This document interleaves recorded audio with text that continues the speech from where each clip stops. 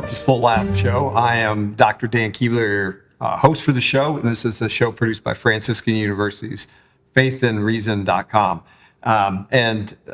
We've been this season looking at the topic of the nature of man and woman, and this is our sixth and final episode in this season. And I'm delighted to have with me one of Franciscan's theology faculty members, Dr. Deborah Savage. Dr. Savage, thanks for sitting on to talk. My honor, really. Thank you for asking me. Yeah, so you've been here at Franciscan now for, I think, 3 years. This is my fourth year. Starting your fourth year, yeah. So you came here in 2021, and you came from the University of St. Thomas. Right. Yeah, and but so you have an interesting background. You haven't always been an academic. Right. You had a business career first. So you have this business career and then switched into theology. So it'd be great just to hear what your sort of like journey was. What first maybe got you interested in business and what drove you into the business field?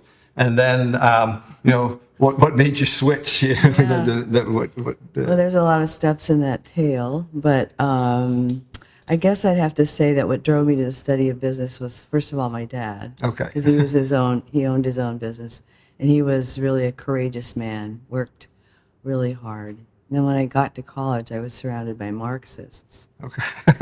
That was in the 70s. Yeah. Everyone was, and I knew that they were crazy. Where were you in college? Where was that? In San Jose State University Okay. in San Jose, California. I was born in California.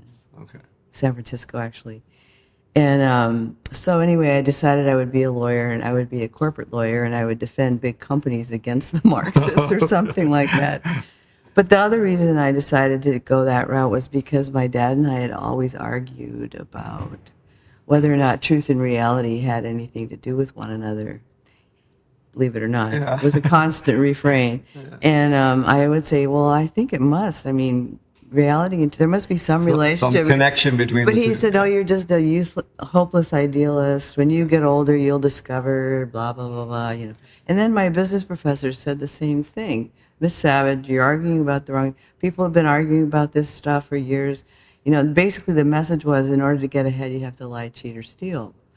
Or some version of that. Okay. And I thought, well, that's just plain stupid. I don't believe it. And so that's sort of the beginning of the story of how I got to where I wanted to be. But it was because I was sort of a free market advocate, if you will, and concerned about all of that. I was a philosopher, but I didn't realize it. And so, but also because my dad said I was a hopeless idealist. So I had to prove to him that I wasn't.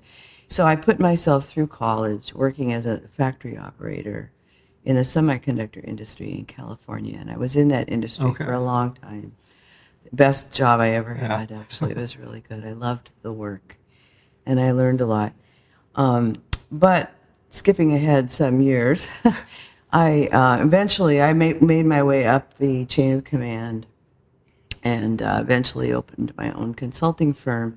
And along the way, I became kind of an expert at quality management, what you would call Six Sigma now. I don't know if you've heard about that. It doesn't look like you have. Yeah, I know. Well, in manufacturing organizations, it's a big deal. It has to do with basically the bottom line, minimizing variation around a target value. I could say more about that. But the Japanese were, at the time, 70s and 80s, were really good at that, even though they learned those methods from us. And the American companies I was consulting with, earning tons of money, getting nowhere, trying to help them use these methods because they just didn't have the patience. And then as I did my research into it, over time, I found out that the Japanese succeeded at those methods to some extent because of their spiritual traditions. Interesting. Especially Confucian virtue ethics. And I that's just really weird. Why? What happened to our tradition? Why is it not informing our work behavior in the same way? Sure. Because they live these integrated lives. It's not, we go to church on Sunday maybe and work on Monday, and there's this gap. Yeah, We're so fragmented. But they live these really integrated lives. It turns out it has to do with the 5 fiduciary relationships that are a part of the Confucian. It's really profound. And there's actually management papers, research studies done, linking Confucian virtue ethics to their success with those methods. So I said, I knew all along, because I'd been a production operator, that the American management was reducing this to these techniques, and the most important people that needed the training were frontline employees. I just knew that there was something more to it than that, and lo and behold, there it was. So I mean, I had a lot of success as a manager. I realized later I was using the principles of Catholic social thought to manage my life, and those were questions that wouldn't leave me in peace. Like, what happened? Was it missing from our tradition? You know, where did the gap take place, right? And so someone said, I didn't know what to study. I knew I didn't want an MBA. MBAs were generally useless as far as I was concerned. And so someone said, just go get a master's in theology. You don't know if you'd be any good at it anyway. Interesting. Yeah. Yeah. So I went and I did that. And when I was done with the master's, the year before, I realized I wasn't done. Yeah. Because actually, don't tell anyone, but a master's, you still don't know anything. So I said, I'll get a PhD, then I'll know something. But I still didn't have an answer to my question. So I went on to study philosophy and theology. My doctorate's in both. Okay. Yeah. Yeah. So you were trying to sort of integrate the work ethic with sort of yes, Catholic I was principles. interested in the question of sort of faith and work, as we called it at the time, from Sunday to Monday. But I also knew that Bible studies in the workplace were not the answer either. There was something more comprehensive, some kind of system of some kind, some paradigm, something that was needed. And it does seem as though the linchpin, the thing that connects them together, is the virtues, by the way. Yeah. Interesting. Yeah. So there's so much more to that, though, than we have time for. But so anyway, I finished my degree. I thought I'd teach business ethics. Couldn't get a job anywhere because no one understood my CV. Who is this woman? That's a very unusual Yeah, and I wrote my dissertation on the meaning of human work, actually the self-transcending subject. Okay. Yeah, on JP2's encyclical on that topic.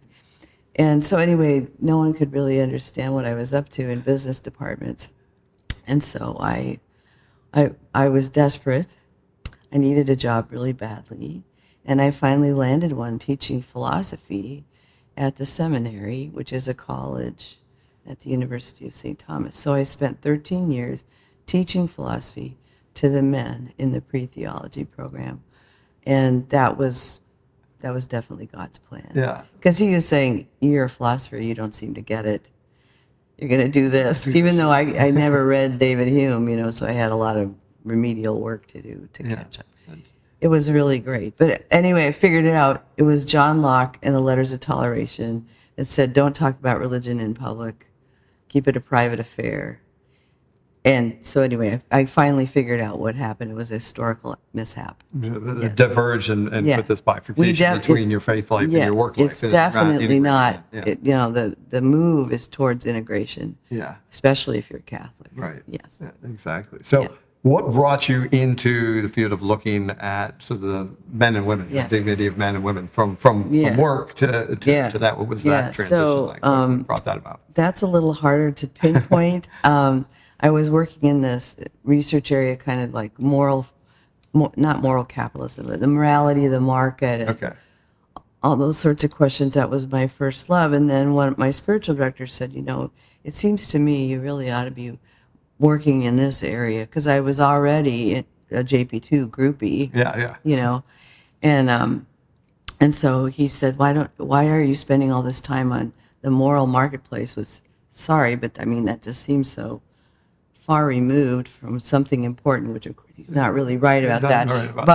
But he said you should really think about this, and I knew that he was right, because I was already thinking at that time about the deeper meaning of Genesis 1-3. Those passages, those chapters of Genesis have fascinated me. Yeah, it's interesting how JP2 wrote a lot about the nature of work, the dignity of work, and then the dignity of man and woman, and the nature of man and woman. And so it seems like if you get into JP2, you're gonna get into both of those. No, that's right. And in fact, there's a connection, because he says in this encyclical that work is a fundamental dimension of human existence. Yeah. And the only other place where he uses that precise language is when he's talking about the notion of self-gift. The I-thou relationship Yeah. is a fundamental dimension of human existence, he says, and crossing the threshold of hope. And I tried to figure out what's the relationship. Well, all human activity has to be ordered toward authentic human flourishing. Our work is ordered toward the person. Yeah. And they're both dimensions, fundamental dimensions of human existence, maybe the only two or the most fundamental. So there is a connection. But anyway, so then I started to take that up. And I got asked to speak about the feminine genius, because that was circling, JP, that went around like wildfire. And then, just anticipating where we're going with this, I started to notice that speaking about the feminine genius, especially to groups of church women over dinner with a glass of wine, it turned into this strange kind of Catholic feminism in a way, where all of a sudden we're laughing about how stupid our husbands are because they don't have genius or something like that. I don't know. And I knew there was something wrong with that. So I stopped. I said, I don't speak about the feminine genius anymore. I speak about complementarity, and I started to work on a theory of the masculine genius, and I have one. And I think I'm probably the first to have pinpointed it and given it the same sort of starting place, origin in Scripture, and made it a part of my theory of man and woman. So and my own argument would be you cannot study woman apart from man, or man apart from woman. They come together. Right. Yeah, that's interesting, because you talk in your writings about how men and women have equal dignity, but they're not interchangeable. Right. There's and we live in a society that now thinks men and women are basically interchangeable, and switch some body parts around and you can swap roles and so forth. So what is it that that is, what's maybe at the heart of that they're not interchangeable? What do you see? Yeah, and well, that's a longer answer, but let me start here that, first of all, men and women are 98% or so the same DNA. Okay, so we're both equally human. And if you look at, scientifically, but if you look at Genesis 1 in particular, I can speak about that in a minute. Genesis 1, actually the sacred author is communicating to us that man and woman are equally human. And it has to do with the meaning of the word Adam in the Hebrew, which we can come back to. So the challenge of distinguishing man and woman without falling into the trap of stereotypical roles, and so that's a real quest. And I think I've hit on it, or at least I'm tracing it. I'm still working in Genesis 1 and 2, in this case in particular, Genesis 2. I keep adding to that theory, but we can go. Let's get into that. So let's we just talk about what Genesis 2 has to say about the masculine genius, and then work our way to the feminine genius. So what is it that you see in the text of Genesis 2? Well, you have to do 1 and 2. Okay, 1 and 2, but I can do them quickly. So I want to clarify. Start with the masculine. Just start with man, because he is first in the order of creation. Now, that'll always make people nervous. Doesn't that mean women are secondary and blah, blah? Actually, it doesn't. So just hear me out. Okay. So Genesis 1, the word Adam actually refers to man in the collective sense. Meaning it would be if you've taken philosophy, man per se, man in the abstract. The reason we use the masculines, to describe humanity is because it's a generic term meaning all of us. Well, Adam stands for man in the collective sense. They wouldn't have had a notion of what the philosophers, Thomas will call a substantial form, an individual's soul that, instantiated in individual bodies. The Semitic language and the whole Jewish tradition actually is very, very communal. So but within man is embodied all of humanity. So they're always thinking concretely. They don't think in abstractions. So you have to, in order to understand, it's sort of in our terms, Thomistic terms anyway, what's going on in Genesis 1 and 2, you have to look first at Hebraic anthropology. And Hebraic anthropology is very different in that the soul is something that encompasses all of the community in a way. So there's this notion of a corporate personality. And the idea is that the one contains the many, and the many represents the one. Yeah. And so there's this oscillation constantly going. It's metaphysical reality. That's why the Jewish people are so very communal. And in fact, our understanding of family is very much grounded in the Jewish understanding of family. Yeah. So Adam as being sort of the head and representing the whole community in a sense. Yes, but not Adam, the husband of Eve, or something. Right, yeah. Adam, humanity. Right.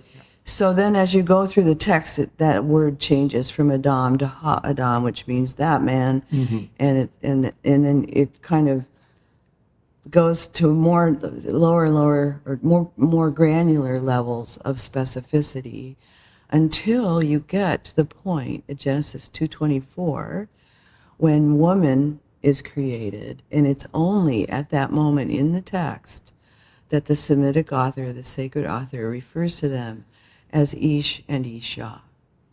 And Ish means man, the male of the species. I mean, man. This is Adam. This is the Adam. So up until that point, when he's naming all the animals in the garden, it's Ha-Adam, which means man, the Homo sapiens, really. But then at 2:24, only when woman appears does concretely existing man appear. So the Genesis texts make it clear that the first created person, if you will, is a man.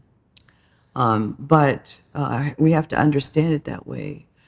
But the profundity of woman being made out of Adam is just astonishing if you look at it through the Hebraic anthropology. So woman is actually prefigured in man in Genesis 1, basically, because Adam contains everyone.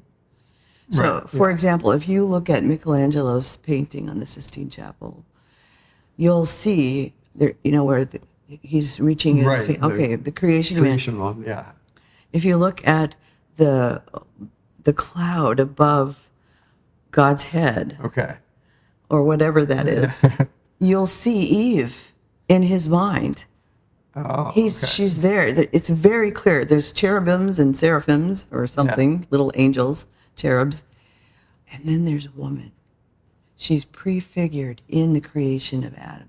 So she comes out of the unity, prefigured in Adam. That's the start of understanding this. The second thing is, it's enormously significant that she's made out of his rib. This is not to indicate that she's somehow secondary. First of all, the whole hierarchy of creation that unfolds in the first account and the second is of a hierarchy on its way up. It starts in lower level creatures, and it ends up in higher. In the first account, man and woman. Right at the end. In the second account, after none of the animals seem to match, right? Woman is not created second. She's created last and on the way up. So take that in. Yeah. Now, don't panic though, because the Hebrew is, she's called Ezer. And Ezer, when we say helper, the Hebrew term is Ezer, and it means divine aid. So she's help sent by God, I say, to help man to live.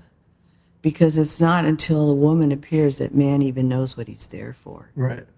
That's interesting. Yeah, so the man's sort of genius doesn't come until there's a woman there, and the woman's genius doesn't come. No, not really. No, his genius, you can derive his genius from the fact that he's in the garden with God, apparently, for some period of time, naming all the animals. Yeah. So let's come back to that. But I just want to clarify that she's divine aid, but the full phrase that the sacred author uses is very interesting. It's a zer kenegdo. Kenegdo is a preposition, meaning in front of, in the spatial sense. Now, why would the sacred author have thrown in a preposition there? Those are like throwaway words. It has real meaning. She's a zer kenegdo, help sent by God, standing face to face with man. So she's not above him, she's not below him. And what I say is that it's absolutely from Scripture, you have to derive this fact that without man, woman has no place. But without woman, man has no future. Okay, yeah. And so take your pick. They both Neither one's a good option. No, they both, right. Yeah, They're meant to be together. Right. And it's only when woman appears that human community appears. Right. And all of a sudden, his purpose, God gives him the garden to take care of. Weed the garden for all of eternity, God. Yep, that's what you're going to do every day. Yep. Okay, whatever you say. But when woman appears, he says, oh, I see my capacity to identify the goods of creation and what they are for is to be put at the service of my woman, of my family, Yeah. of my community. He doesn't know who he is. She reveals to him who he is in that they mirror each other. Yeah, right? that's interesting. So he has work to do before. Yes, he does. But that work doesn't have a purpose. A right. telos. Yeah. So,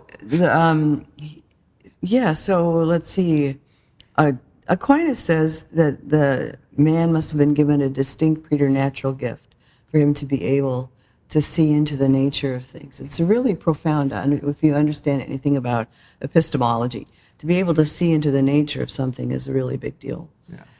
Human beings, generally speaking, cannot do that, but they could in the garden because they had infused knowledge. And it's at the naming of the animals. Like he Yes. could see into what this thing Yes, is. he didn't need to go through all the work of reasoning and You have to be what a calculate. scientist has to normally do. He just knew. He knew. Yeah. And that's what allowed him to name them Right. and take dominion over them in so naming them, because that's what the Semitic language would indicate. Yeah.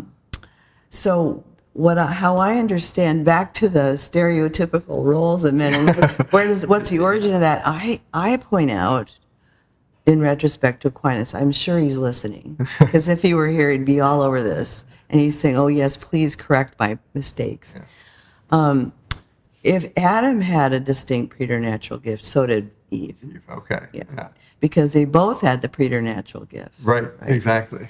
So I say that his infused knowledge directed at creation equipped him to see into the nature of the created order.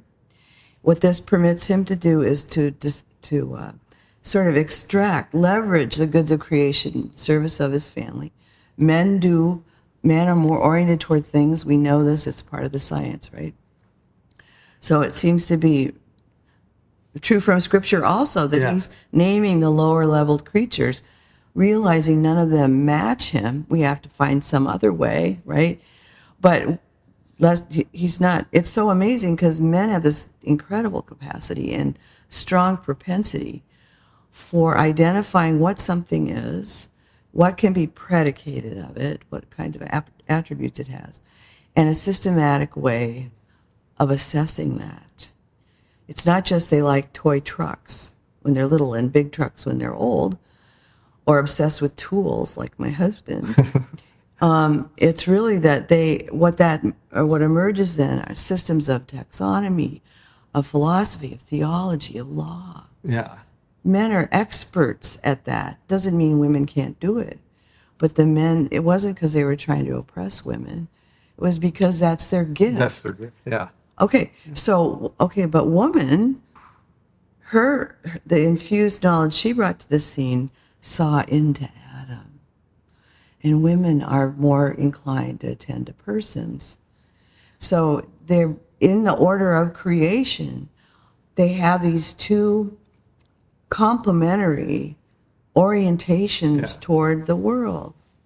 And so it doesn't translate into women can only do this kind of work and men can only do that kind of work. But isn't it true and amazing that the data seems to support the fact that women tend to, as a whole, self-select into the caring professions, into those sorts of activities, and men self-select into the other. Yeah, it's interesting. I teach a class, a neurobiology class, and there's some experiments with like newborns.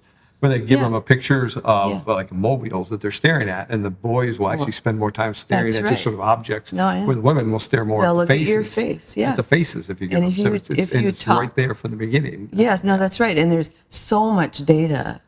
We could list all the examples. It's absolutely demonstrable. It has to do with the way our brains are designed. Neuroscience centers in here. It's just an amazing thing. And looks, that's what the sacred, for sure. If you look at the Hebrew, which is what I did, Yeah. I went back to the original Hebrew. And Hebrew is a fairly nuanced language. It's going to depend on the questions you bring to the text, what you discover. Right. Yeah. So I think that I asked the text the right questions because I wasn't under the sway of Aristotle's unfortunate error that he declared women are malformed males. Right. Yeah. Yeah.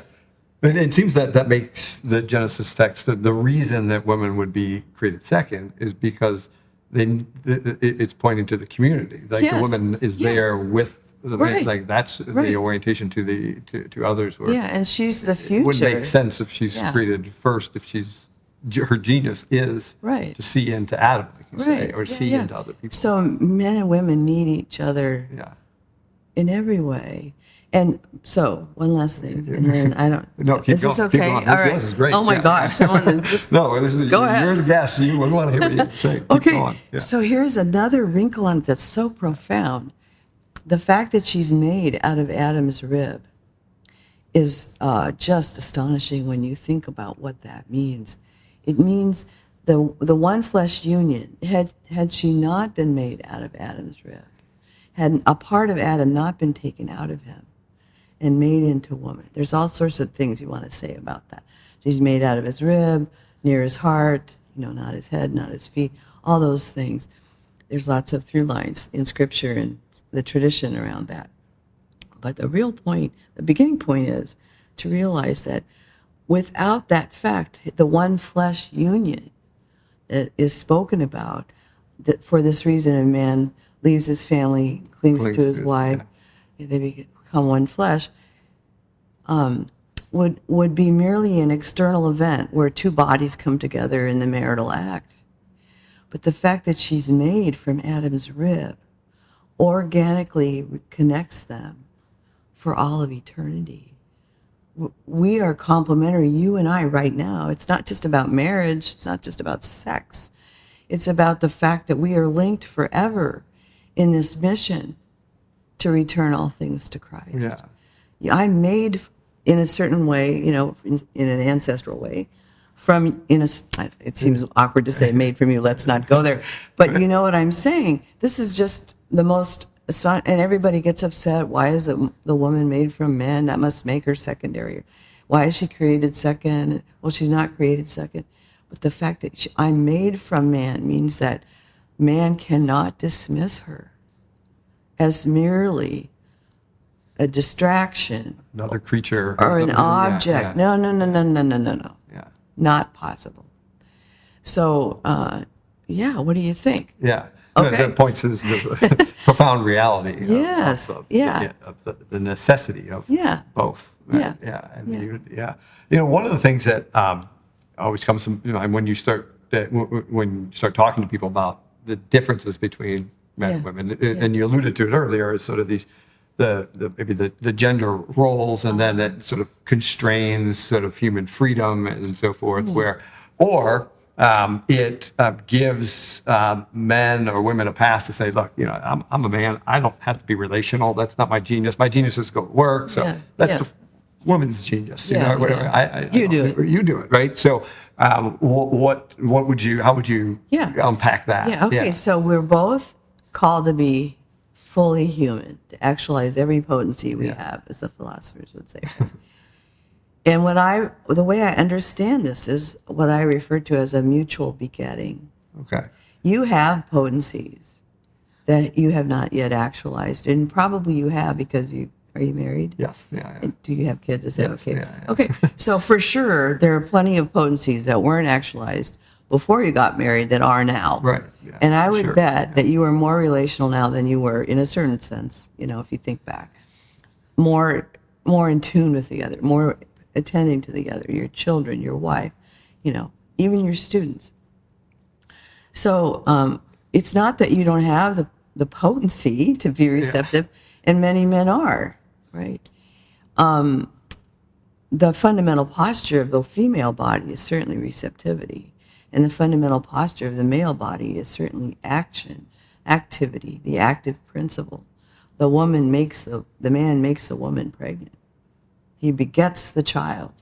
She's potentially a mother until a man comes along to assist her. So those are all true things. But what needs to be recognized is that just as you have potencies that your wife or the women you encounter, or even just people you encounter, call out of you, so do I. And in my case, I think you can say, at least I'm testing this on all sorts of audiences, women tend to take things personally. This is a feature of original sin for a woman. We can come back to that. And I'm just using this as an example. My husband has no patience with that. Frankly, men don't care. Yeah, they don't. This is very clear. When little boys and little girls in a preschool, when a box of toys arrives at the door, the little boys drop what they're doing and go unpack it and check it out. Yeah. Little girls could care less. They stay in their little circle talking, whispering.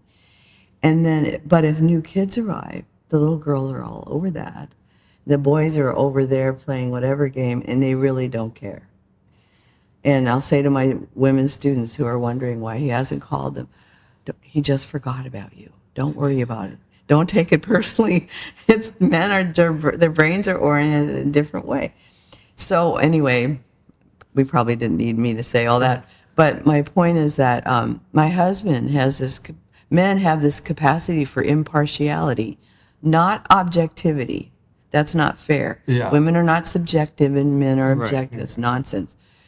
But they have this capacity for impartiality, for detachment, that is built into them because you are the other to the child. Yeah. You are the other. Yeah. You represent the active principle, really. And so that's something I have learned from my husband, how to recover from moments that I regret, or where I feel like I didn't say the right thing, I didn't do the right thing, no one likes me, blah, blah, blah. My talk didn't go so well. He's like, shut up. Yes, it did, it did, just stop that. So I've learned that from him. I've learned to take more risks. I learned to be brave in certain situations.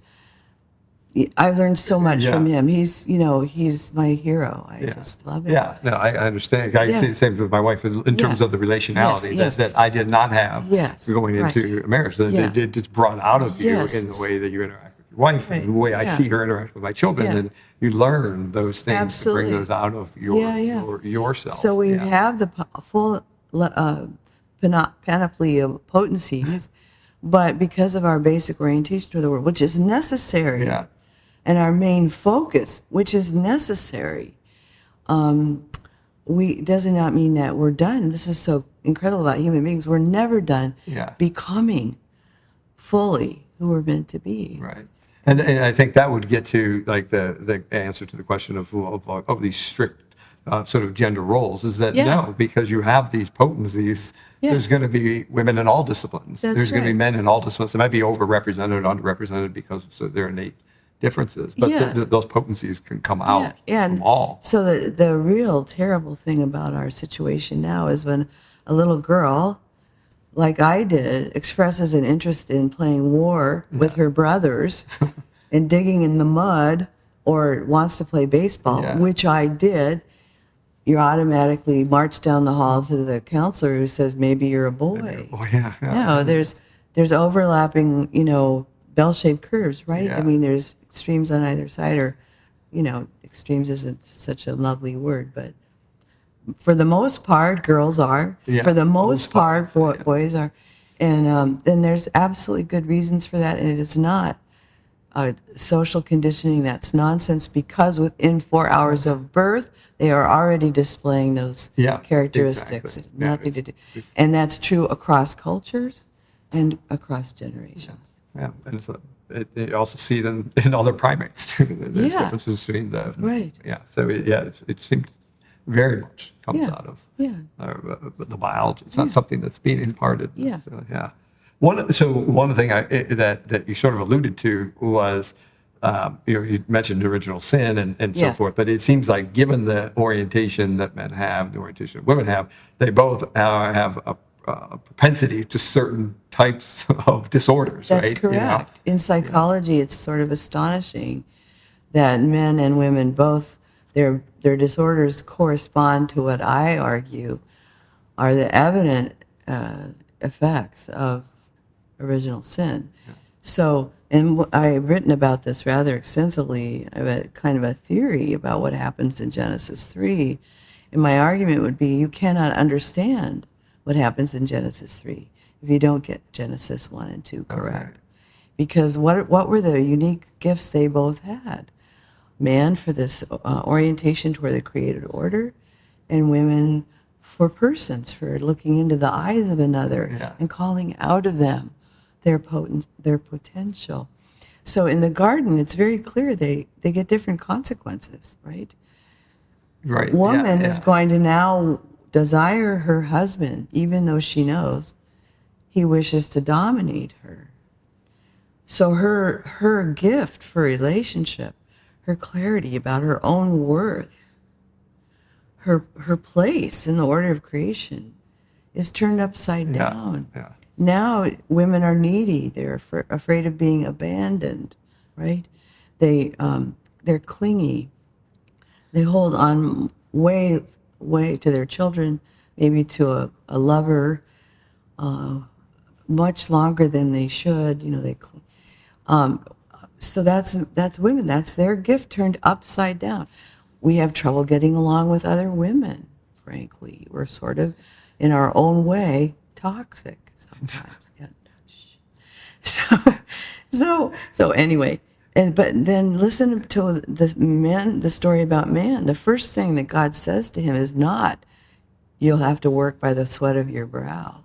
The first thing that God says to Adam after the fall, after they sin, is, and I quote, because you listened to your wife. If you look at the scripture passage, the first, after he gives us the consequences to woman, he turns to man and he says, because you listened to your wife, you will have to work by the sweat of your brow. Now, what's that all about, I thought? There goes my theory. Does this mean men shouldn't listen to their wives? Yeah. No. The subtext is because you listen to your wife and not to me. It was Adam, it was man who got the instructions about don't eat from that tree. Yeah. Woman heard it secondhand, and anyway, his sin in that moment, sure, it was that he ate of the fruit because he was just as curious as she was, but his real sin was that he failed to protect her. Yeah, right. He should have said, no, honey, I don't think we're supposed to do that. And maybe pulled her arm back and said, no, but no, he didn't. And then he blamed it on her anyway. The woman you gave me made me right. do. Yeah, so, this is very important because his task, his place in the family is lost. As the protector. If he doesn't listen to God. Right. All authority comes from God. Mm-hmm. Yeah. So if he says, okay, I'm the head of this family and I'm just going to, that means I get to do whatever I want. Wrong. Get the hook, because that is not correct. So yes, I think the man is the head of the family. I do. And there's, we can talk about that further. I don't have a problem with that. It seems very clear. He's the author of the family. Right. He's the source of life, because I'm just potency in the sense of conceiving children, unless there's a man who comes to assist me. There's nothing scary about that to me. It's the way my body's designed. I'm proud of it. I can have children and you cannot. How about that? Yeah. So that's pretty darn cool, right? That's a wonderful gift, an amazing gift that women have that they're shunning now, which is really diabolical in my opinion. Right. Yeah.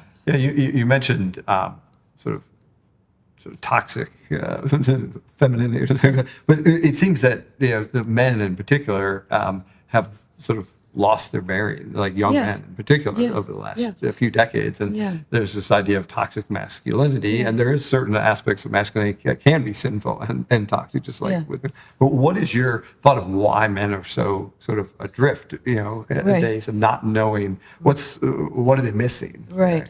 Well, let's start with the toxic masculinity claim. It's nonsense. If you read the American Psychological Association report in which this all emerged in a big way, what they're equating with toxic is traditional masculinity. Adam protecting Eve, with men opening the door, lifting heavy objects, seeing themselves as the provider and the defender and the protector of the family. Okay, that's what's under attack. Let me just add to that if you look further, because there are psychological accounts, analysis, research being done into toxic femininity. If you have to look for it, but it's there. Guess what that is? It's not aggressive females marching in the streets with pink hats. That's not the problem. Let's not go there. But toxic femininity are the attributes that we typically ascribe to women: empathy, tenderness, a willingness to sacrifice oneself for the good of the other, which of course men do also, but mothers do in a particular way. All the things that we equate with the natural order of things. Men protect, women nurture. What is wrong with that? Both of those things are required for the human species to survive. So be on guard, I'm saying, because what they're trying to do is destroy men and destroy men. It's like they're going right after the feminine genius and the masculine genius, and calling that toxic. That it's toxic. What nonsense, right? So yes, I think it's true that men can be overbearing. What this is the result of original sin. Right. Yeah. After original sin, man looks at everything as an object. When he first saw a woman, he said, "Here is bone of my bones, flesh of my flesh." Right. Yeah. He knew she was a person. He knew he couldn't dominate her like he could the other things in creation. And so after the fall, he loses sight of that. And now he treats everything as an object to dominate. So we need to understand each other through that lens. You are under this influence of original sin, and so am I. And we have to keep that in mind, that the gifts that ought to be ours are only there in potency in a certain area. Yeah. And so I can't pretend that I'm perfect and you're not. And vice versa. Right. You can use those gifts for the wrong reason, right? Right. We absolutely need to listen to each other, to respect each other more, sympathize with each other more. Yeah. I don't actually take sexism seriously. I don't. I mean, I know there's tons of women. I've experienced it, in the work. I can tell you all sorts of stories. I can imagine. Yeah. But I mean, I understand now that it's a dead end to pursue that, because men can be alerted to their behavior when they're destructive. Yeah. But for the most part, they don't mean anything by it. They're just, forgive me, thoughtless. Yeah, they're just not thinking this. Guilty there. Yeah. Well, women have better peripheral vision. Men's brains are organized this way. They're taking that hill, right? Yeah. They're really good at that, and thank goodness they are. Well, women, their brains are organized this way, right? More connections between the hemispheres. Yeah, and this gives them particular gifts. It's why I can remember where my husband left his cell phone, or Maddie left her backpack, or whatever. Yeah, it's not like I'm so superior. It's my gift to the world. Yeah. That's what. Why am I being so stingy? Right? Why would I be stingy with the gifts that are mine to give? So, I forget where we're headed with that. Yeah. So maybe as we get here to the end of the show, do you talk a little bit about, and you've alluded to it throughout, this is how does properly understanding, maybe you could start with the male genius and then the feminine genius, how does that aid in human flourishing, right? So how is yeah. it for me to flourish? I really have to understand the masculine genius and Yeah. use it properly. And how does this Yeah. aid in women to flourish, to Yeah. know what the feminine genius, rather than being restrictive, Yeah, right? yeah, How does it of help course. me become the person I'm meant to be? Yeah. So I want to refer to the work of Cardinal Angelo Scola here in his Okay. book, Nuptial Mystery, because it's kind of a shorthand for understanding it. Cardinal Scola argues that in a family, or for any human being to flourish, boy or girl, they have to be introduced to two laws that are both necessary for human flourishing. One is the law of gratuity, and the other is the law of exchange. The law of gratuity is the law of unconditional love. Every child must feel from the beginning, from the moment they come out, that they are unconditionally loved. And that introducing the child to that is for sure the mother's place. Because isn't it true that a mother will forgive and forgive and forgive and give a kid another chance, and the father's like, I'm done with him, kick him out of the house, I've had enough. And the father's task is to introduce the child to the law of exchange. And what does that mean?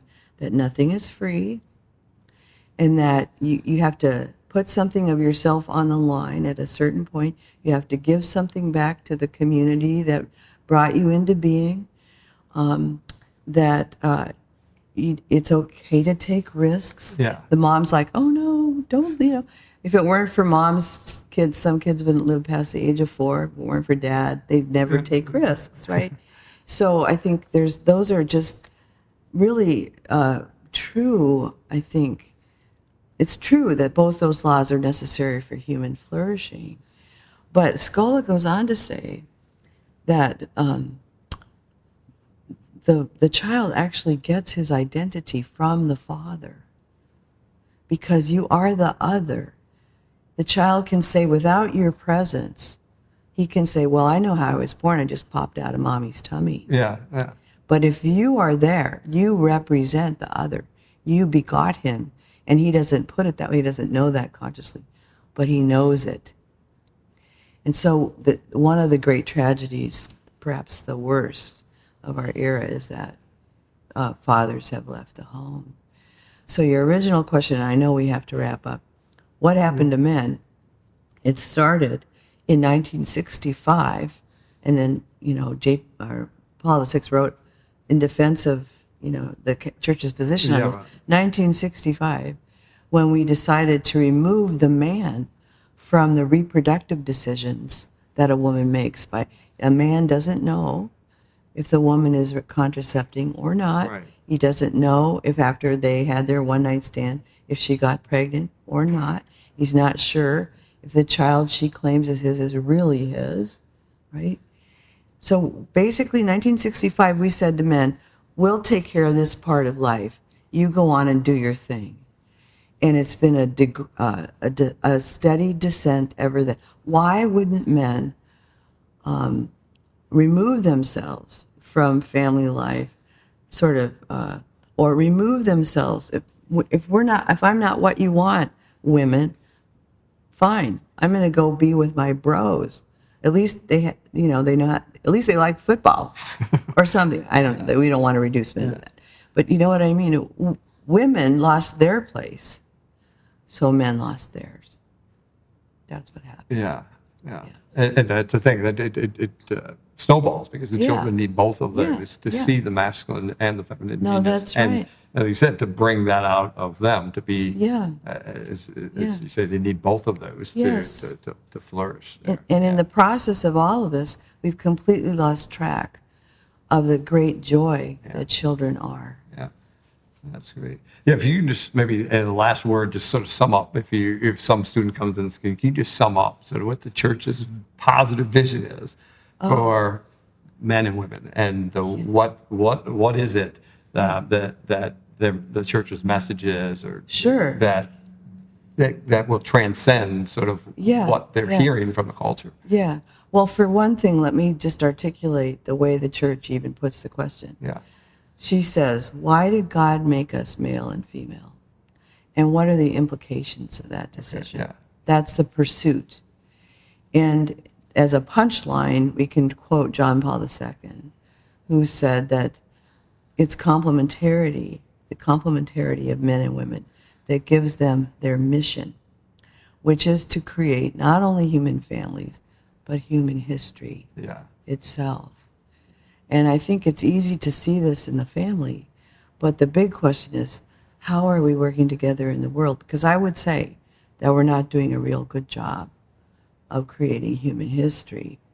So the church is very clear, been pleading with women since 1945 to step up to the plate. The closing address to women from the Second Vatican Council was a plea to women, they say, imbued with the spirit of the gospel to aid humanity in not falling. And they said in 1968, or 65, sorry. Okay. Please, women, reconcile people with life. Yeah. Well, that quote's from Evangelium Vitae 99, but that doesn't matter. There's a through line from Pius XII, the end of World War II, to even Pope Francis has called for a theology of women, which I don't support. They don't need any more attention than they've already gotten. But, men have I think, in a sort of metaphysical or cosmic sense anyway, I think they understand now that women are needed. Yeah. And we need their voices. And unfortunately for women like me, the space has been usurped by the women marching down the street. Right. Uttering terrible things. Yes. Yeah. Yeah, so the church is calling out the genius of women in every aspect of life, yes, every aspect of society. That's right. And that can help the genius of men flourish. And so you see this complementarity for men to be who they are. You need women to be who they are, and vice versa. Yeah. Well, I think that's true, and I think that, like I said, where we started, I don't think you can understand woman apart from man. And I think in the same breath that you're saying we need the genius of women, you need a full-throated recognition of the contributions that men have made and are still making to the sustaining our civilizations. Men deserve our gratitude, not our ridicule. Great. Yeah. Well, it's been a wonderful conversation, Dr. Savage. So glad that I did most of the talking. No, that's the my point. favorite kind. We want to hear what you had to say. So that was wonderful. So thank you. Thanks for being with us. And thank you for listening. We have other episodes of Purposeful Lab on Franciscan University's faithandreason.com. Thanks for joining us, and we hope to see you on a future episode.